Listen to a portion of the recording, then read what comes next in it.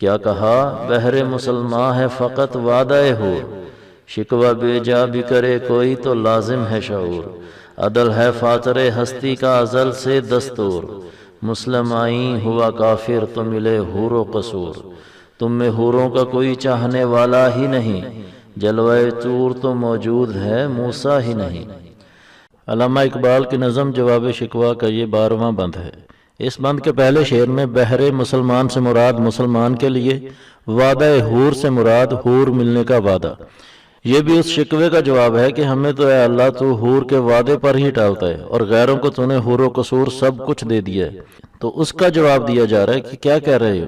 اس عادل ہستی کے بارے میں کیسی بات کر رہے ہو کہ تم لوگوں کو صرف وعدے پر ٹرخایا ہوا ہے؟ اتنی بڑی بات کرنے کے لیے کچھ عقل اور شعور سے کام لے لیا ہوتا۔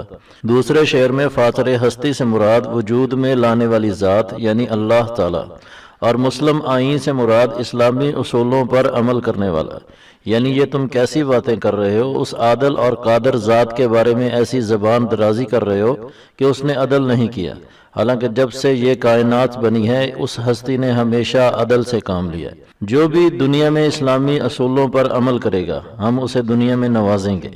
غیر مسلموں نے بھی وہ اسلام کے اصول اپنائے جن کو تم نے چھوڑ دیا تھا، تو اللہ نے ان کو دنیا میں اس چیز کا انعام دے دیا۔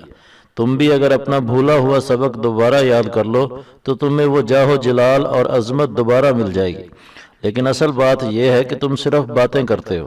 حقیقت میں تم لوگوں میں اب وہ مقام چاہنے والا بندہ موجود ہی نہیں ہے۔ طور تو اب بھی موجود ہے، لیکن تم میں کوئی موسیٰ والی تڑپ لے کر تو آئے جسے وہ اپنا جلوہ دکھائے۔ اسی طرح کی مزید ویڈیوز کے لیے ہمارے چینل دین و دنیا سے وابستہ رہیں۔